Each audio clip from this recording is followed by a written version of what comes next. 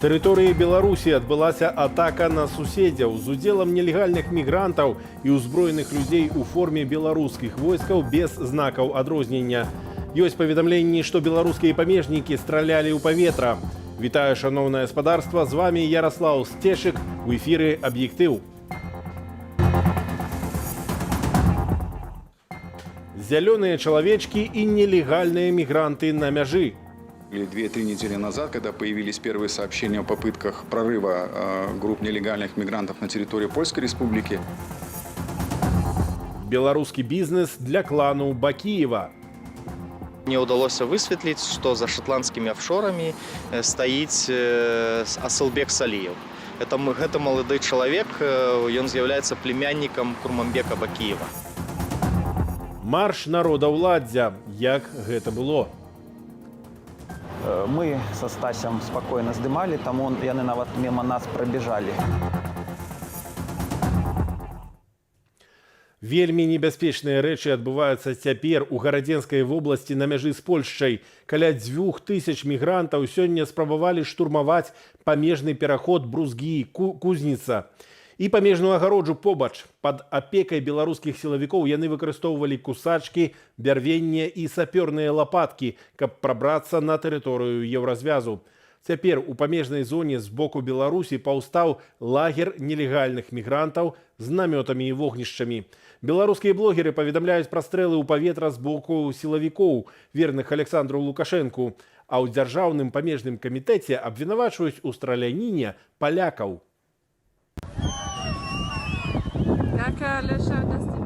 Раніцаю больш за 1000 мігрантаў выйшлі з лесу і рушылі ў бок памежнага пераходу Брузгі-Кузніца. Іх кантралявалі беларускія сілавікі з сабакамі. Не дайшоўшы да пераходу, калона збочыла ў лес. Турысты, якіх называе афіцыйны Менск, з дапамогай бярвення і кусачак паспрабавалі прарваць агароджу і прайсці ў Польшчу. Аднак сустрэлі адпор з выкарыстаннем слізацечнага газу. Беларускі памежны камітэт абвінаваціў у эскалацыі канфлікту Варшаву і заявіў, што, цытата, «на падобны крок роспачы бежанцаў падштурхнула абыякавасць і бесчалавечнае стаўленне польскіх уладаў». Паводле аповедаў саміх бежанцаў, яны самаарганізаваліся ў такую шматлікую групу, каб выклікаць гвалтоўнае выцясненне польскім бокам, а таксама прыцягнуць увагу міжнароднай супольнасці да дзеянняў Польшчы ў частцы невыканання правоў чалавека. Тым часам прэзідэнт Польшчы Анджэй Дуда склікаў тэрміновую нараду з удзелам прэм'ер-міністра і кіраўнікоў сілавых органаў у сувязі з сітуацыяй на мяжы. Мы мусім падтрымаць намаганні, якія перадухіляць гэтыя дзеянні. Ключавым ёсць тое, што пры трапленні якой-небудзь групы на тэрыторыю Еўрапейскага звязу, а мяжа Польшчы гэта ж мяжа Еўразвязу, сітуацыя відавочна паўторыцца 10 разоў. Да беларуска-польскай мяжы сцягнуты каля 12 000 вайскоўцаў і паліцыі. Прыкладна пад 15-ю гадзіну паводле менскага часу польская МУЗ заявіла, што перадухіліла сілавую спробу прарыву мяжы. Літва скіравала падмацаванне польскім памежнікам, а таксама ўзмацніла ахову сваіх межаў. Мы серьезно готовились к ситуации, которая сейчас происходит на границе с Польской Республикой. И мы этот процесс начали 2-3 недели назад, когда появились первые сообщения о попытках прорыва групп нелегальных мигрантов на территории Польской Республики. Літоўскі МУЗ прапанаваў увесці надзвычайнае становішча на памежных тэрыторыях. Гэта зменіць сітуацыю. У такім выпадку з'яўляюцца пэўныя абмежаванні, якія можна увесці. Сёння я яшчэ не магу дэталізаваць, што было б у гэтым праекце, бо пастанову мусіць прыняць як урад, так і Сойм. На думку палітолага Валерыя Карбалевіча, з дапамогай міграцыйнага крызісу рэжым Лукашэнкі помсціць суседзям за санкцыі і спрабуе прымусіць Еўразвяз да дыялогу наконт іх скасавання. Еўрапейскі звяз, скажем так, не мае моцнай палітычнай волі для жорсткага адказу. Таму што мігрантскі крызіс ужо цягнецца некалькі месяцаў, а 5-й пакет санкцый так дашулі не прыняты. Ось, я бачу галасы там ёсць у Еўропе, што трэба пачынаць перамовы з Лукашэнкам. Пакуль жа Менск рыхтуецца да двухразовага павелічэння рэйсаў з Блізкага ўсходу. Цяпер, паводле дадзеных нямецкага штотыднёвіка Welt am Sonntag, у сталіцу Беларусі штодня прыбывае ад 800 до 1000 мігрантаў. А памежны камітэт заявіў, што цяпер на мяжы застаюцца каля 2000 уцекачоў. Антон Каменскі, Белсат. Страляніна сёння адбылася і ў Менску на праспекце Ракасоўскага. Тэлеграм-канал Антона Матолькі паведаміў, што мужчына ў вайсковай ці міліцэйскай форме застрэліў жанчыну і выскачыў з вакна.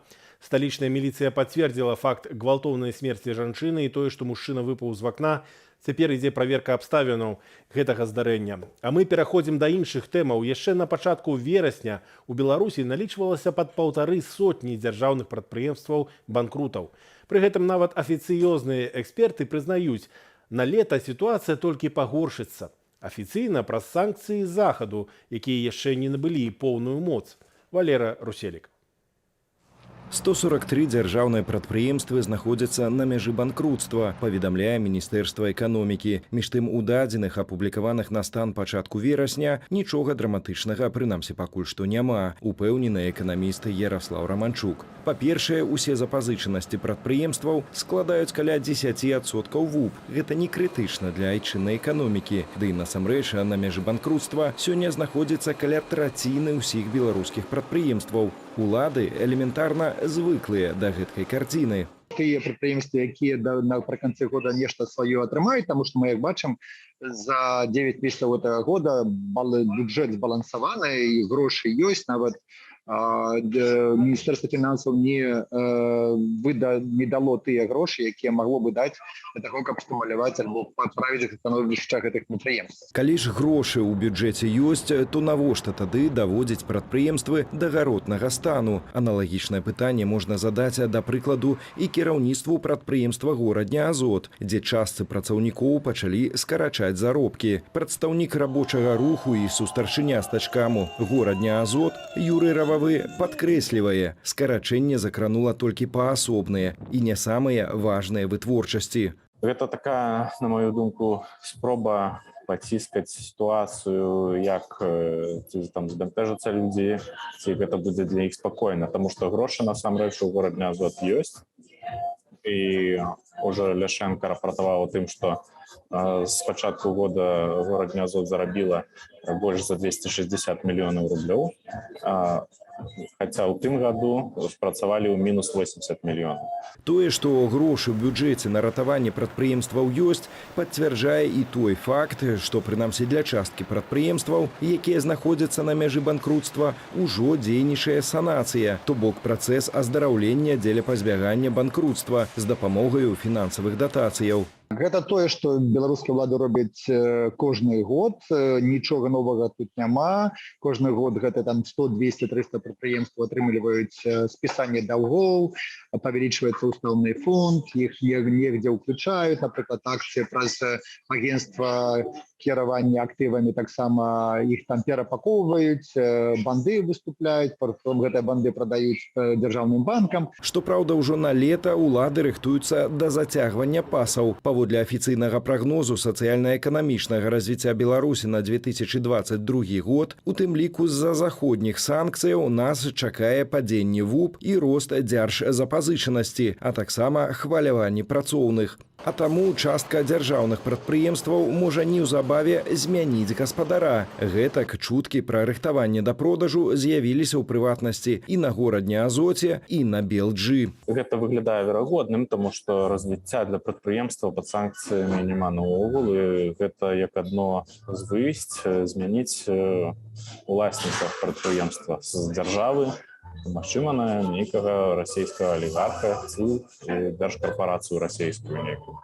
Хваляванні ж сярод працаўнікоў, паводле прагнозаў чыноўнікаў, могуць быць выкліканыя сярод іншага масавымі скарачэннямі. Паводле Міністэрства эканомікі, у зоне рызыкі страціць працу знаходзяцца каля 700 тысяч беларусаў. Валер Руселік, Белсат. Сёння ў беларускай нацыянальнай біятэхналагічнай карпарацыі мусілі ўрачыста з помпай адкрыць чарговую вытворчую лінію. Чакаўся нават удзел Александра Лукашэнкі. І гэтую карпарацыю дзяржаўная прапаганда ставіць у адзін з шэраг з Астравецкай АЭС. А вось расследавальнікі раскрываюць ценевы бок інавацыйнага бізнесу, афшоры сярод акцыянераў, спецыяльныя умовы закупаў і продажу, а таксама сапраўдныя гаспадары карпарацыі будучыні. Клан абвешчанага ў міжнародны вышук экс-прэзідэнта Кыргызстану Курманбека Бакіева. Тэму працягне Юлія Цельпук. Ужо месяц, як выпускаем высокаякасны корм і прэміксы для гадаўляных жывёлаў, птушкі і рыбы. У плане вырабляць незамяняльныя амінакіслоты 6 тыпаў. Лізін, які утрымліваецца ў яйках і мясе буйной рагатай жывёлы, ужо робім. У перспектыве вытворчасць вітамінаў і азотных угнаенняў. Конечно, Александр Григорьевич, здесь круто. Из зерна стоимостью $150 мы будем делать триптофан стоимостью $8000.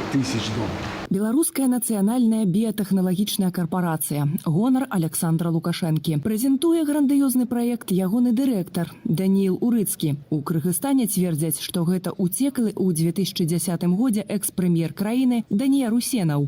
Па здымках, па голасе, па відэа пазналі, што гэта Данія Русенаў. Яго нават былая жонка сказала, што гэта ён. І ягоныя былыя калегі па ўрадзе, бізнесоўцы з Кыргызстана сказалі, што гэта Данія Русенаў.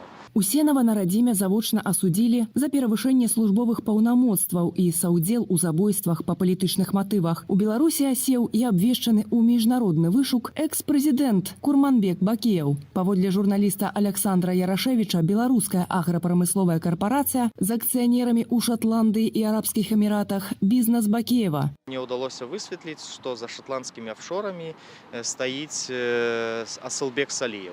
Гэта малады чалавек, ён з'яўляецца племяннікам Курманбека Бакіева.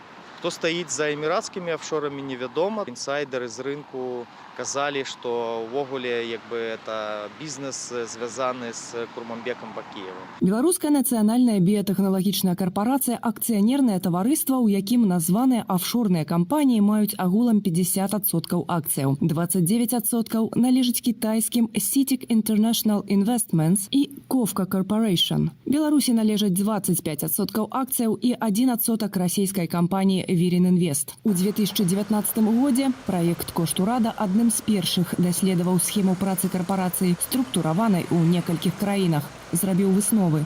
Скорее всего, когда эта схема будет полностью отработана, ситуация будет выглядеть следующим образом, что долги остались на Республике Беларусь, то есть на гражданах.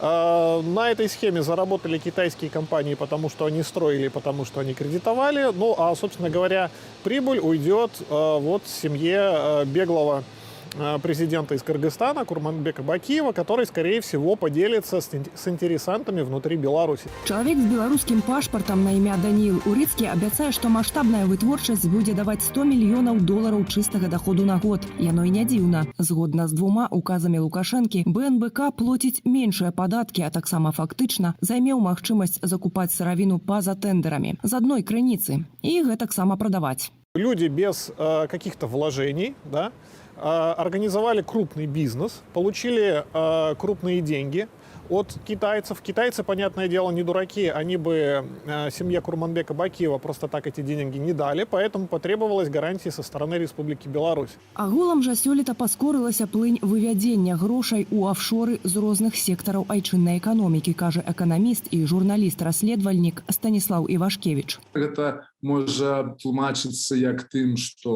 ўлады адчуваюць, што недоўга засталося. Так гэта можа тлумачыцца і тым, што Лукашенко зараз паколькі ён у меншай ступені спадзяецца на свой электарат, а на вялікшай ступені ён спадзяецца на сілавы блок і нейкую верхушку чынавенства, то ён проста іх такім чынам у тым ліку падкупае. Як паказвае прыклад бакіеўцаў, пасля адыходу злачыннага рэжыму ад улады, магчыма, давядзецца працаваць, каб падтрымліваць прывычны лад жыцця. Юлія Цяльпук, Белсат. Верховны суд зліквідаваў найстарэйшае грамадскае аб'яднанне Беларусі – Таварыства беларускай мовы імя Францыска Скарыны. Афіцыйнай падставай лічыцца спазненне падачы дакументаў у Мін'юст для пазапланавай праверкі. Паперы на той момант былі ў бухгалтаркі, затрыманай сілавікамі. Гэта вельмі жорсткая праверка беларусаў на іх веданне гісторыі, на тое, як мы любім і шануем і карыстаемся роднай мовай, на тое, як мы гатовы бараніць права на сваю нацыянальную ідэнтычнасць. Пастанова Верховнага суда не была нечаканай, хаця кіраўніцтва арганізацыі зрабіла ўсё, каб яе пазбегнуць. У тым ліку даслала ў Міністэрства юстыцыі прапанову аб міравым пагадненні, але ўнікнуць ліквідацыі ўсё роўна не атрымалася. Цяпер пад пагрозаю скасавання апынуліся газеты «Новы час» і «Наша слова», якія выдае таварыства беларускай мовы. Кіраўніцтва ТБМ пастанавіла стварыць і зарэгістраваць у Міністэрстве юстыцыі новую арганізацыю, каб працягнуць сваю дзейнасць у распаўсюдзе беларускай мовы, культуры і гісторыі. Роўна год таму у Менску і іншых гарадах прайшоў марш народаўладдзя. Некалькі тысяч чалавек пратэставалі супраць фальсіфікацыі выбараў, таемнай інаўгурацыі Лукашэнкі і міліцэйскага гвалту. Гэты дзень стаў рэкордным днём колькасці затрыманняў, больш за 1000 чалавек.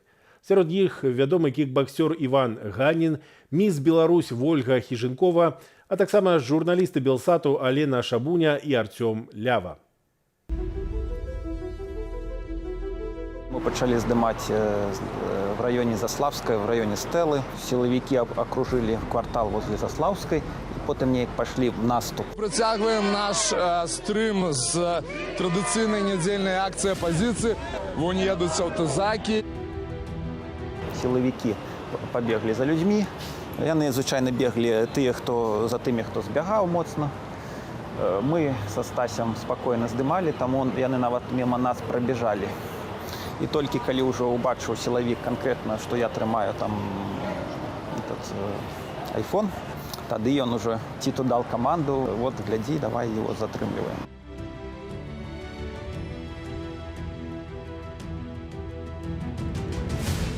Ішлі па вуліцы, многія віталіся і так усміхаліся, казалі адзін аднаму «Жыве Беларусь», але гэта было ціха.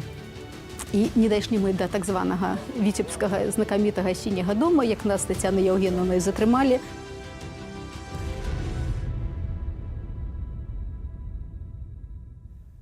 Стартаваў сусветны тыдзень прадпрымальніцтва ў Беларусі. Мерапрыемства праходзіць онлайн. На ім маюць абмеркаваць, як знайсці рэсурсы і развіць бізнес ва ўмовах, якія хутка змяняюцца, такіх як пандэмія ці палітычныя рэпрэсіі. Арганізатары пэўныя, што насуперак усім цяжкасцям у беларускага бізнесу застаецца жаданне развівацца як унутры Беларусі, так і за мяжою. Ніка Несцярэнка. Тацяна паводле прафесіі архітэктар, але цяпер яна ўладальніца кандытэрыі ў Варшаве, дзе сама робіць зефір. Когда мы переехали, мне хотелось всех накормить зефиром белорусским, потому что очень много людей здесь скучавших именно по зефиру. Здесь нет этого продукта. Знайсці сваю нішу ў чужой краіне няпроста. Яшчэ складаней заняць сваё месца ў інфармацыйным полі. Як кажа муж Тацяны, нават жыхары найбліжэйшых да кандытэрыі дамоў сталі прыходзіць да іх толькі праз год пасля адкрыцця. Выставляем рекламу, и когда пишем слово «зефир», узнают только наши. И у нас там еще свой флаг, конечно. И когда они видят, что зефир, Беларусь, они заходят, что правда зефир? Дверь открывается, и фраза такая, что правда зефир здесь. Але Пётр і Тацяна аднадушныя ў тым, што распачаць у Польшчы сваю справу сталася значна прасцей, чым у Беларусі. Дома аб кандытэрыі давялося забыць пасля размовы з санстанцыяй. Открыть свое дело оказалось очень сложно. Мы начинали с санстанций, и после беседы долгой мы понимали, что это года, чтобы найти помещение, чтобы оно соответствовало всем нормам. То есть это реально года, это не месяц, не два. Что не скажешь здесь. Зефір, бар, квятак, ванілі – адзін з пунктаў на карце, створанай Цэнтрам беларускай салідарнасці. Гэта карта паслугаў ад беларусаў для беларусаў, вымушаных заставацца за межамі радзімы. На ёй пазначаныя месцы, дзе можна знайсці аўтасервіс, кавярню альбо цырульню, што стварылі беларусы. Тысячы беларусаў былі вымушаны з'ехаць за межы. Пакінуць усё сваё жыццё, якое было, працу, хаты, бізнесы, у кожнага свая гісторыя.